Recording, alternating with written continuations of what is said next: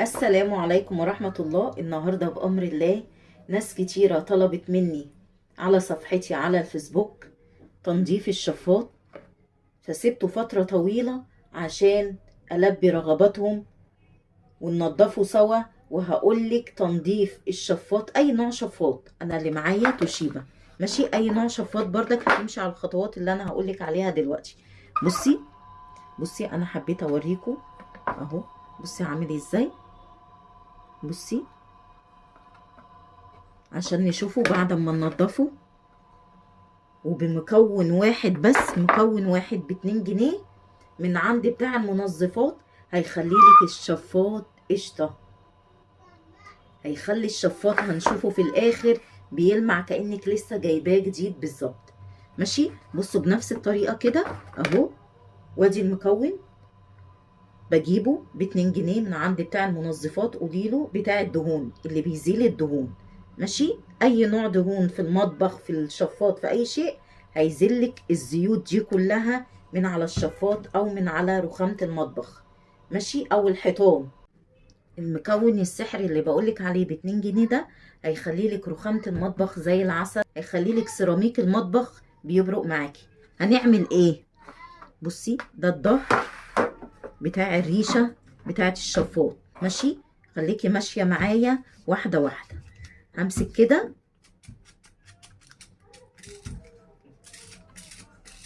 وهترشيه كله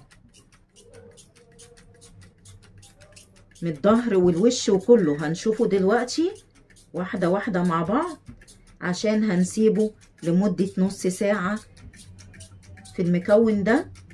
هنشوف السلكة هتشيل الدهون بكل سهولة ماشي. هترشي كده الريشة من الوش والظهر بنفس الطريقة، والجسم بتاعه بردك الابيض ده من بره عشان اوريهولك في الاخر هيبقى ابيض قشطه. ترشي كده بس خلي بالك عشان ريحته بتبقى كريهه شويه، يعني ممكن تلبسي كمامه عشان ما يضركيش. والحته اللي في النص دي بردك عشان بتبقى متداريه ماشي. بصوا رشيتها كلها بنفس الطريقه كده وقلبها كده. شفتي الحتت المزانق دي اللي هنا كده، هترشيها كلها بنفس الطريقه.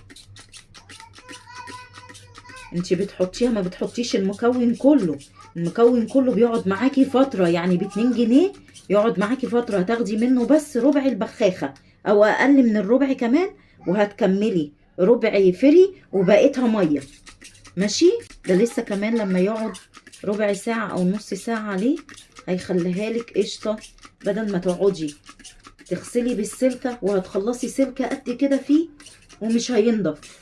انما المكون ده والله العظيم هيخليها لك قشطه في نص ساعه بس اهم حاجه تقعديه نص ساعه عشان المكون ده لما بيلزق فيه بيزيل الدهون بكل سهوله. هكمل انا بقى بقيه الريشه دي، والجسم هوريهولك بردك بيترشي ازاي عشان يطلع منه الدهون. بصوا الريشه اهي اترشت، هركنها كده على جنب. اجيب بقى الجسم ده كده، بصي من عند الدهون كده ورشي، يعني زي ما هو ما بالعرض كده كده كده، اما بترشي بينزل على الجسم كله ماشي. ترشي كده ومن على بعد هتلاقيه نزل على الجسم كله. بصي منظره عامل ازاي، اوريهولك بقى لما يخلص. وانا حبيت اسيبه بالمنظر ده عشان حبايب قلبي اللي على الفيسبوك طالبينه مني، وعشان خاطركم بردك اللي عندي القدام في القناة يشوفوا بردك الوصفة دي. ولو حابة بردك تنضفي رخامة المطبخ بالبخاخة كده زي ما قلتلك، ورشي وسيبي رخامة المطبخ او السيراميك لمدة نص ساعة، وتعالي هاتي حتة كده قديمة عندك او سلك مواعين واعمليه على المساحة او على المقشة، هيخليلك السيراميك المطبخ قشطة. بصي بنفس الطريقة كده هغير بس الناحية التانية. بصي دي الجنب ده اللي من تحت بصي متوسخ اكتر ازاي اهو بردك.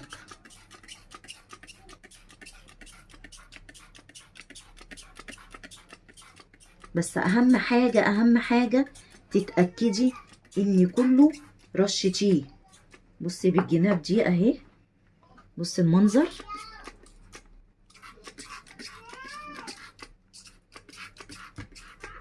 اكمل بقى رش وارجع لكم بعد نص ساعة بحتة السلكة بس، وهنخليه قشطة. بصوا بعد نص ساعة اهو، بصي خدي بالك بقى اهو الزيوت اهي ماشي. بصي بصي بتتشال ازاي، بصي شايفة اهو بنفس الطريقة كده ماشي اهو. بصوا بنفس الطريقة كده لو تلاحظي اهو، انا بعمل لكم على جميع الخطوات اللي مشينا عليها عشان تعرفي ان المكون ده جميل جدا. بصي نيجي بقى للجسم بتاعها كده. بصوا شايفة الدهون عاملة ازاي، بصي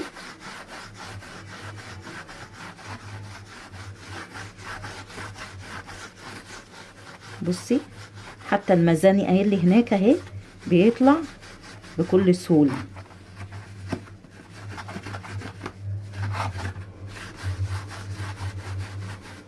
شايفين اهي.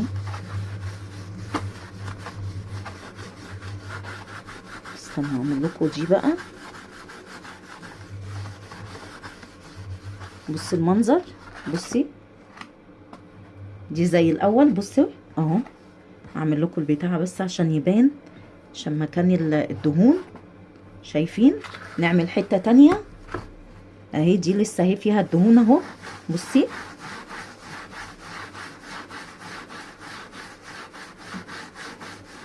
حتة سلكة صغيرة هتخليلك كمان الشفاط زي القشطة اهو.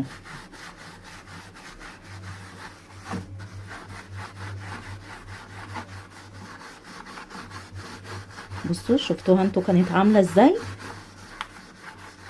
بصي شايفة؟ بصي ما شاء الله البياض. هكمل انا بقى الشفاط كله والريشة ونرجع نشوفه مع بعض.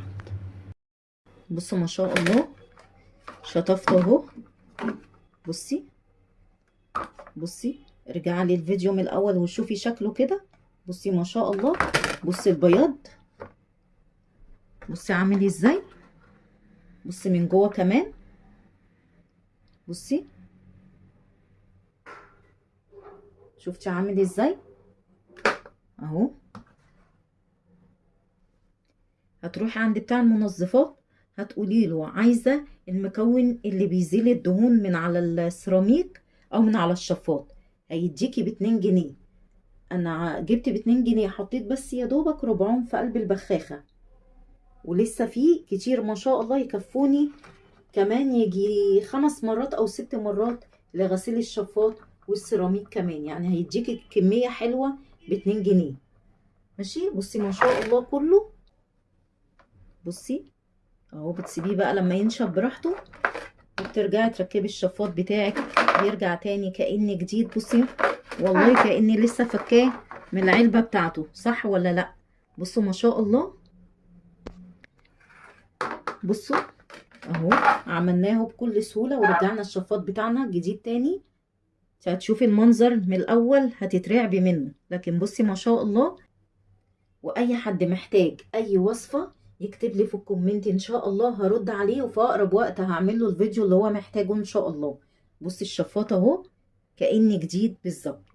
طريقة النهاردة سهلة وسريعة، يا رب تنال اعجابكم، ويا ريت بتمنى منكم اللايك عشان اللايك اللي بيرفع الفيديو.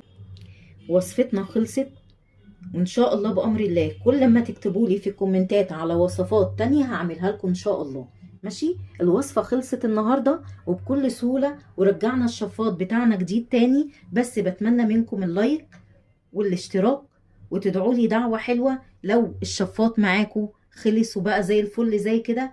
كل واحدة غسلت الشفاط وبقى ابيض قشطة تدعي لي دعوة كويسة من قلبها ان شاء الله، وبأمر الله هستمر معاكم في فيديوهات. بس اكتبوا لي في الكومنتات طريقة النهاردة سهلة وسريعة، يا رب تنال إعجابكم. لو عجبتكم الطريقة ما تنسونيش باللايك والاشتراك والدعوة الحلوة.